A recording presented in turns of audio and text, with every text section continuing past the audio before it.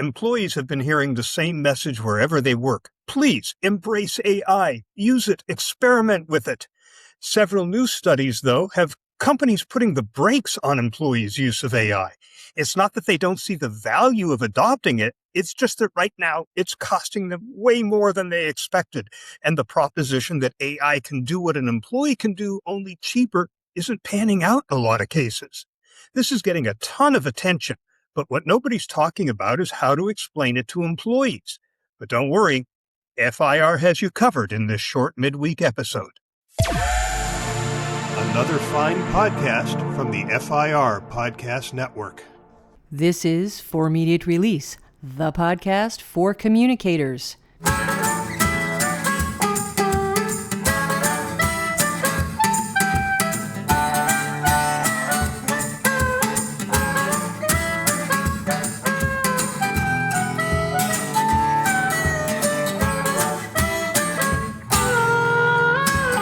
Hi, everyone, and welcome to For Immediate Release. This is episode 517. I'm Neville Hobson. I'm Shel Holtz. In some companies right now, that AI that was supposed to replace expensive humans is costing more than the humans it replaced. The numbers are kind of breathtaking. Uber burned through its entire 2026 AI budget in 4 months. In fact, I just heard today that they're introducing a monthly AI spending cap of $1,500 per employee. One unnamed company, a real one though, spent $500 million on AI in a single month because nobody had bothered to set a spending limit. An NVIDIA executive flat out admitted that for his team, compute now costs more than the engineers using it. A lot of these companies didn't just overspend, they made decisions on the strength of what they thought AI could do. And in plenty of cases, those decisions cost people their jobs. The pitch was that AI can do this work for a fraction of the cost. Then Bain & Company studied 1,000 companies and finds that most aren't getting those savings. Gartner found the layoffs delivered no better returns than not laying anyone off at all. In its study, Bain looked at the books and saw money leaking out of the top, companies spending the budget without the savings showing up. And Boston Consulting Group went and asked employees and found that the leak runs from the bottom, too. Over 40% of regular AI users say they're saving a full workday every week. But Boston Consulting Group's point is that saved time doesn't automatically become value. If nobody tells an employee where to redirect those reclaimed hours, that value just evaporates. So two consultancies looking at two completely different ends of the organization landed on the same diagnosis. This is a management failure. It's not a technology failure. So put yourself in the shoes of employees who are still there. They watched colleagues walked out the door because they were told the machine could do it cheaper. And now they're watching leadership start to walk it back. In most cases, walk it back really quietly. What does that do to employees who see their leaders' judgment, their competence? Because that is where this becomes a communication story. It's about trust, credibility, and what we as communicators are supposed to do when leaders make a big, public, painful bet that doesn't pay off. Now, there's a lot we can talk about with this story, like communicating a suddenly altered governance model. But let's start here. The bet companies made was about people, that AI could replace human labor at a fraction of the cost. When that turns out to be wrong, employees don't just see a line item on a P&L. They see leaders who either didn't understand the technology they bet the company on, or who used the AI story as cover for cuts they were going to make anyway, what we've come to call AI washing. Both of these readings are poison. The second one travels fastest. A communicator's first job is to make sure that the accurate story is the one that gets out there. And to add a little context to that idea, Sam Altman, the CEO of OpenAI, just recently said that this cost discussion is new. It started early this year. Before that, nobody was talking about it. And that's probably because before early this year, most employees were prompting AI chatbots, and that didn't blow up budgets. What changed early this year? Agents. Now employees have agents running complex tasks in an endless loop, and that burns tokens like nobody's business. I heard about one employee who burned through 1 billion tokens in a month. That means costs are exploding. It's not something anybody really anticipated, and a lot of CEOs were caught unaware. They paid for the subscription cost to, say, Anthropic. Now they're paying the subscription, but they're also paying for tokens.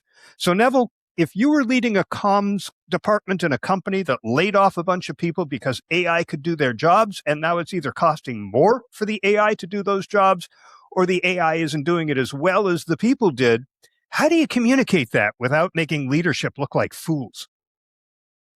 Yeah, it's a good question, isn't it, Shel? I mean, you've painted a picture that's pretty dire, it seems to me. And I like to think that this is kind of outlier territory we're in. This is not the mainstream, but I'm willing to be proven wrong. I don't recognize this in the UK, so it could not yet be a big deal over here.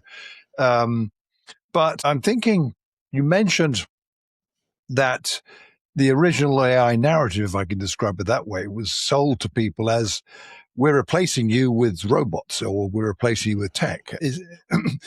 I wonder, is that the case everywhere? Because I would have thought many would have sold it as additive. It's AI plus you, not AI instead of you. And that's a wholly different kind of message if that were the case.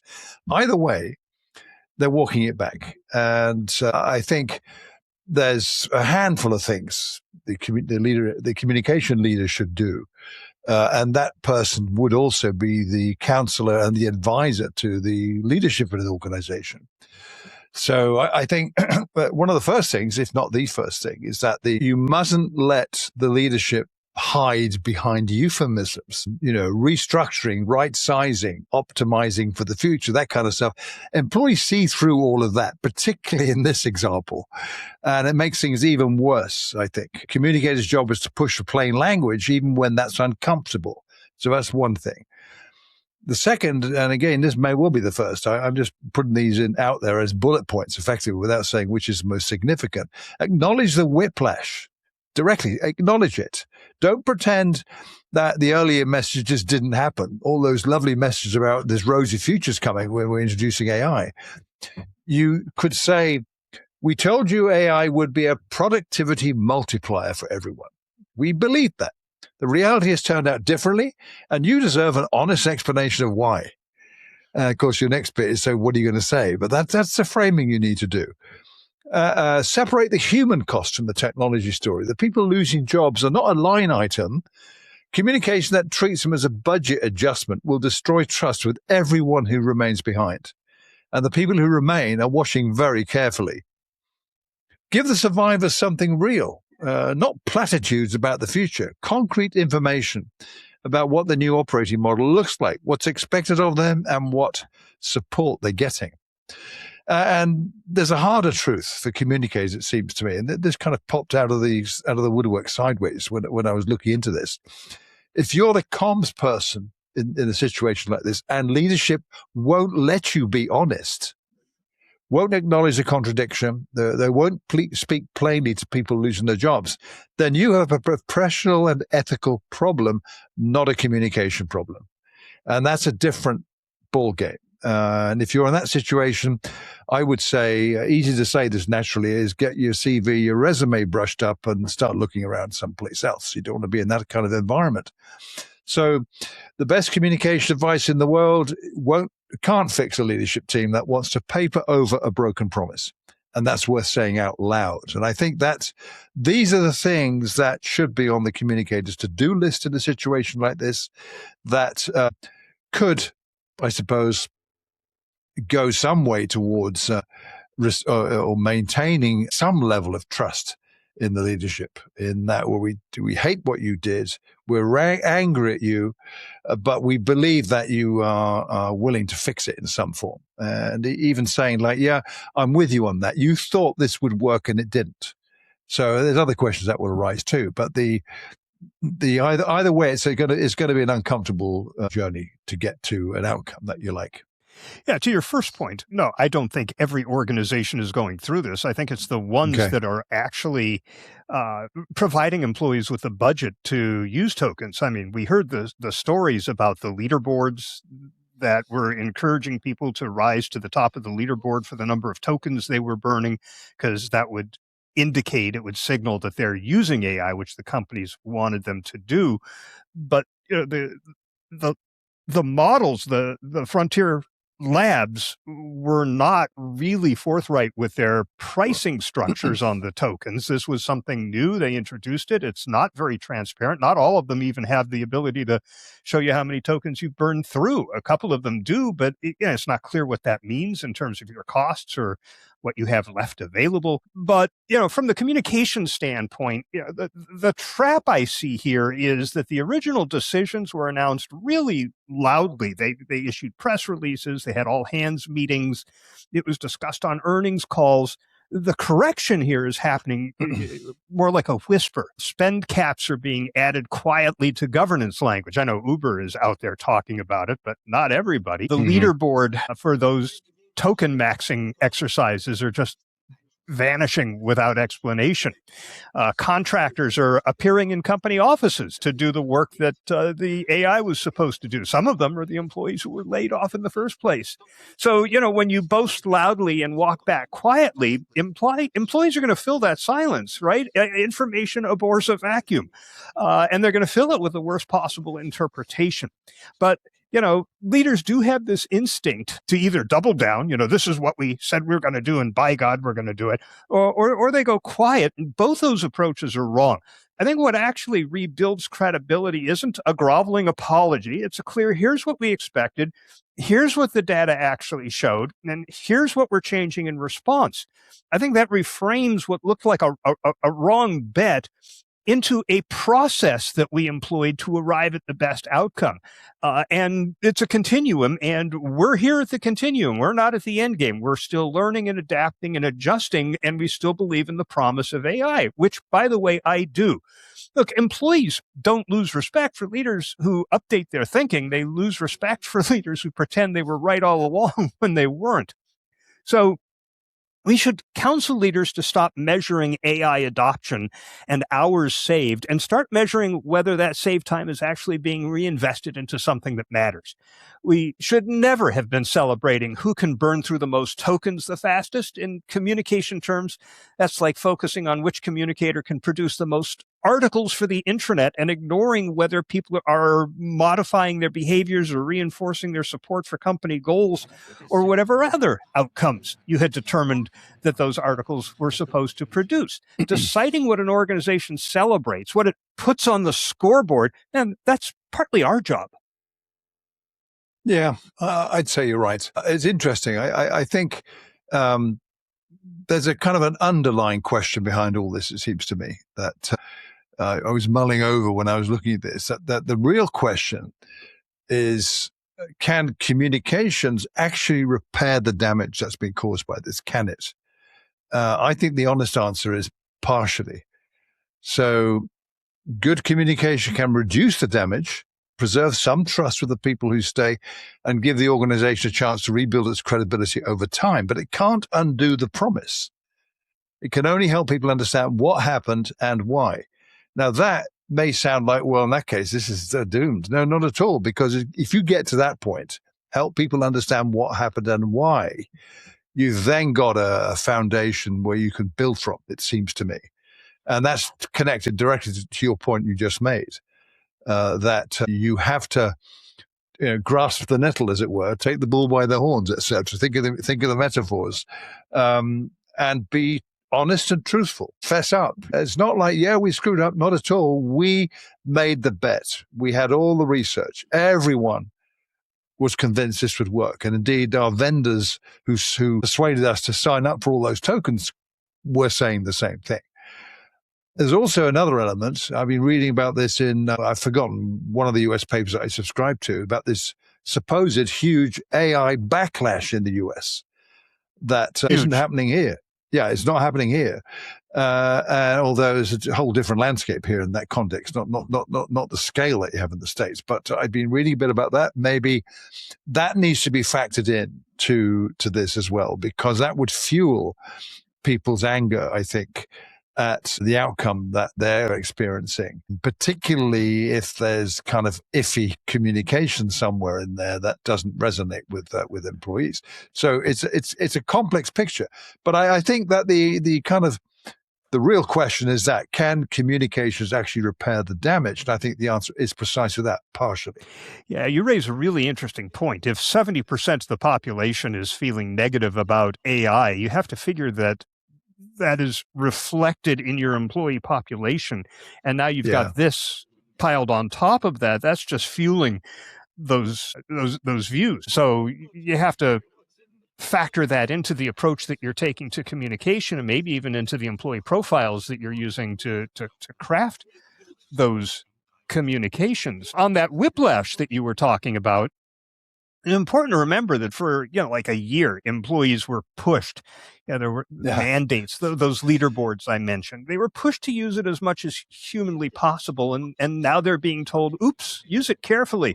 Yeah. And I think communications does set the narrative that connects those two poles. Without it, the reversal just looks like leadership didn't know what they're doing. And again, that reads as incompetence. So I think we do have to build the bridge. We learn something on the road. Here's what's changed and why. It doesn't mean that the promise of AI isn't still there. It's just the road that we are taking to get there is a little more windy than we expected. And by the way, speaking of the whiplash, according to that Boston Consulting Group survey, nearly half of workers, 47%, now say they spend more time managing and directing AI than doing the actual work they were originally hired to do. Think about that against what leaders promised, because the pitch was that this was going to be a labor reducing thing, a productivity improver. And what employees are actually living is the labor didn't get easier. It just got transformed from doing the work to supervising the AI that does the work. The Boston Consulting Group found that 4 in 10 reported an increased cognitive load, which is, I have to say, exactly what I have been experiencing. I'm not spending less time, I'm spending more time, and AI is part of the reason for that. So when the lived experience doesn't match what was said in the announcement, the gap is where leaders' credibility can go to die, right? It's the communicator's job to close that gap. Make sure that the story leadership is telling matches the work that people are actually doing and the experience they're actually having. Yeah, I would subscribe to that view. I'm also thinking, Shel, that the way this has been presented, let's say, is as if lots of communication when this started, big promises from leadership, and then silence. And now there's this. Oh, we gotta rethink all this, and you're not going to be able to do that. So there was no effective communication in the meantime. There was no updates on what's going on, and this is what people are doing, and these are the benefits they're having. So I feel there was a lack of continuity in the communication. Otherwise, this wouldn't have landed as a big surprise, or as big a surprise as it has to many. There would have been signs that might have prompted some to say, hey, whoa, hang on a second, I'm getting this little note here saying I've used so many tokens. I mean, it could even be, what are these tokens it keeps talking about? How was that communicated? That every time you do this, this is going to happen. And I'm thinking of my own experience as an individual and the experiments I'm running with Claude, for instance, that when I was experimenting with Claude Cowork, it might have been the project. I can't remember which one it was now, but there was a little script I could put into the model that told me how many tokens I'd used, and it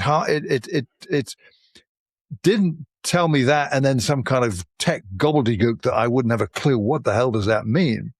It actually told me this project you've done use so many tokens, which is 0.12% of your total allowance until the next reset. Now that makes me think, oh, that's okay. So did they have anything like that in the organization that enabled people to just keep a running total on what they're doing? It's kind of like the average MPG in your car kind of thing. Everyone knows that kind of thing. That's helpful, even though it's not very scientific or detailed, but it would be enough. And maybe I haven't encountered it myself. I see people talking about this on LinkedIn quite a bit, where they are getting fed up with this tool telling me I've reached my token limit.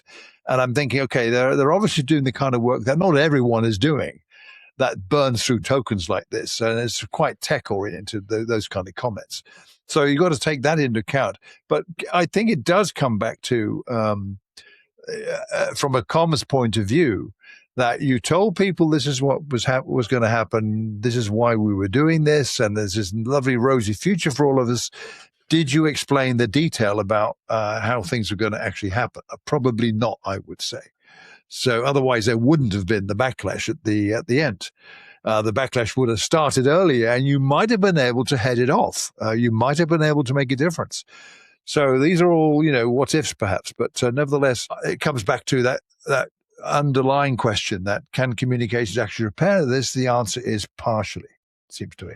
Yeah, and I could definitely see myself burning through a lot of tokens without a tech rationale for it. If I set up 10 agents to scan the media environment 24 hours a day, 7 days a week, each with a different area of focus, and they're just constantly running, that's tokens being burned. That's like the car never being turned off and going through the gas. So by the way, imagine the message that companies can send to their employees if the company was more deliberate and slower about the implementation of AI. They know it's coming. They've given Copilot to employees, but in terms of everybody going out and building agents and things like that, well, we're still remediating our internal data to make it useful for an AI model, and we haven't launched our training yet. They can rub their hands and say, see, being slow and deliberate paid off. Look what's happening to all these other organizations. We're pretty smart leaders here in this company. By the way, one other communication opportunity I want to address before we wrap up, and that's around governance, because there's a remarkable detail in this story. The companies that overspent mostly already had the tools to prevent it. Spend limits, like you set that up in the agent that you had that told you how many tokens you'd gone through. Routing simpler tasks to cheaper models. I just heard this morning on a podcast that there's something you can sign up for. If you use their tools, it's automatically going to route you to the right model for the task. So you're not always using the high-end model, the reasoning model, the thinking model that costs a lot. Budget caps, all of these rules have always existed as capabilities inside the platforms. The companies just never switched them on.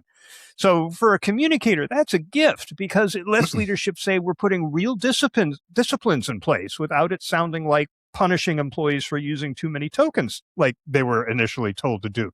The framing here is everything. The governance change needs to be framed as, here's how we make sure this actually pays off for us. And it lets employees know the company's approach to AI is maturing. If you frame it as AI use is now restricted, well, that signals panic and confirms the exact incompetence story you're trying to tamp down in the first place. Yeah.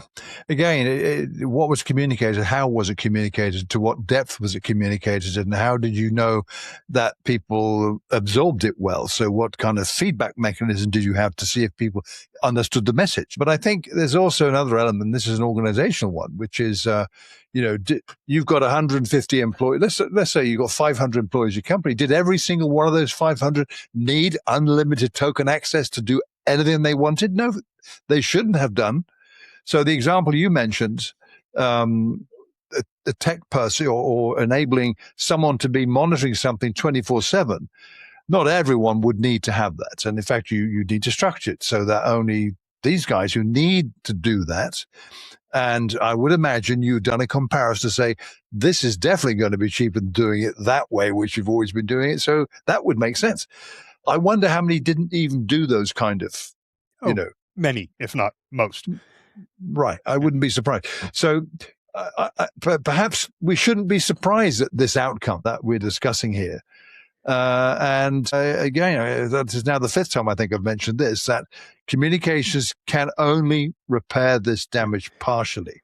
And I think the bits it can repair are going to have some good outcomes, I would say. One other thing that communications can do here is to set the stage. This is not the end game. We have not reached the place where, now we get it, everything's right. The message is anticipate more change from this. I mean, the frontier model companies, Anthropic, OpenAI, they're going to change their pricing models because they know that people are dissatisfied. They know that it's opaque. They know that it's costing more than people and companies can afford. So you can look for this to get changed. I just recently heard somebody suggesting an outcome-based pricing model as opposed to a token-based model.